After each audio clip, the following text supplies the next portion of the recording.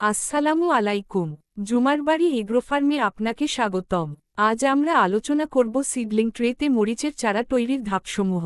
নিচে ধাপগুলো দেওয়া হল। ১. প্রয়োজনীয় উপকরণ: উচ্চ ফলনশীল বা হাইব্রিড জাতের মরিচের বীজ, seedling tray, cocopeat, vermicompost, perlite বা পচা গোবর, বালি ও দোআঁশ মাটি, স্প্রে বা ঝর্ণা পানি দেওয়ার জন্য, ছায়া বা নেট শেড, ছত্রাকনাশক, হ্যান্ড গ্লাভস। ২. মিডিয়া মিশ্রণ: ৫০% কোকোপিট, ৩০% ভার্মিকম্পোস্ট ও ২০% পারলাইট বা পচা গোবর, বালি ও দোআঁশ মাটি মিশ্রিত করুন। মিডিয়া হালকা, ঝুরঝুরে ও নিষ্কাশনযুক্ত হওয়া জরুরি। ট্রে পূরণ: মিশ্রণগুলো দিয়ে ট্রেয়ের প্রতিটি সেল ভরাট করুন এবং হালকা চাপ দিন।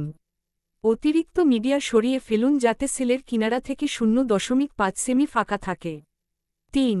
বীজ বপন: প্রতি সেলে ১ থেকে ২টি বীজ ০.৫ সেমি গভীরে পুঁতুন। হালকা মিডিয়া দিয়ে ঢেকে দিন এবং স্প্রে করে পানি দিন। মিডিয়া স্যাঁতস্যাঁতে হবে কিন্তু ভেজা নয়। পলিথিন বা শীট দিয়ে ঢেকে দিন অঙ্কুরোদ্গম পর্যন্ত আর্দ্রতা ধরে রাখতে। ৪. চারা পরিচর্যা: ট্রেটি আধা ছায়াযুক্ত স্থানে রাখুন, সরাসরি রোদ নয়।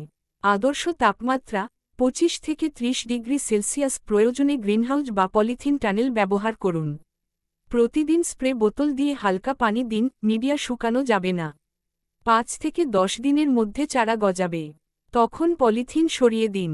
মাঝে মাঝে নিম তেল স্প্রে করলে পোকা লাগার সম্ভাবনা কমে। ৫. চারা স্থানান্তর: ২০ থেকে ২৫ দিন পর চারায় ৩ থেকে ৪টি পাতা গজালে মূল জমি বা বড় পাত্রে স্থানান্তর করুন। শিকড়সহ মিডিয়া বের করে নিন এবং রোপণের পর হালকা পানি দিন। সিডলিং ট্রেতে চারা তৈরির উপকারিতা: সিডলিং ট্রে ব্যবহার করে মরিচের চারা তৈরি করলে চারার বৃদ্ধি ভালো হয়। চারা রোগমুক্ত ও সুস্থ হয়। সহজে পরিবহনযোগ্য। জমির অপচয় হয় না। চ্যানেলটি সাবস্ক্রাইব করতে ভুলবেন না যদি ভিডিওটি ভালো লেগে থাকে।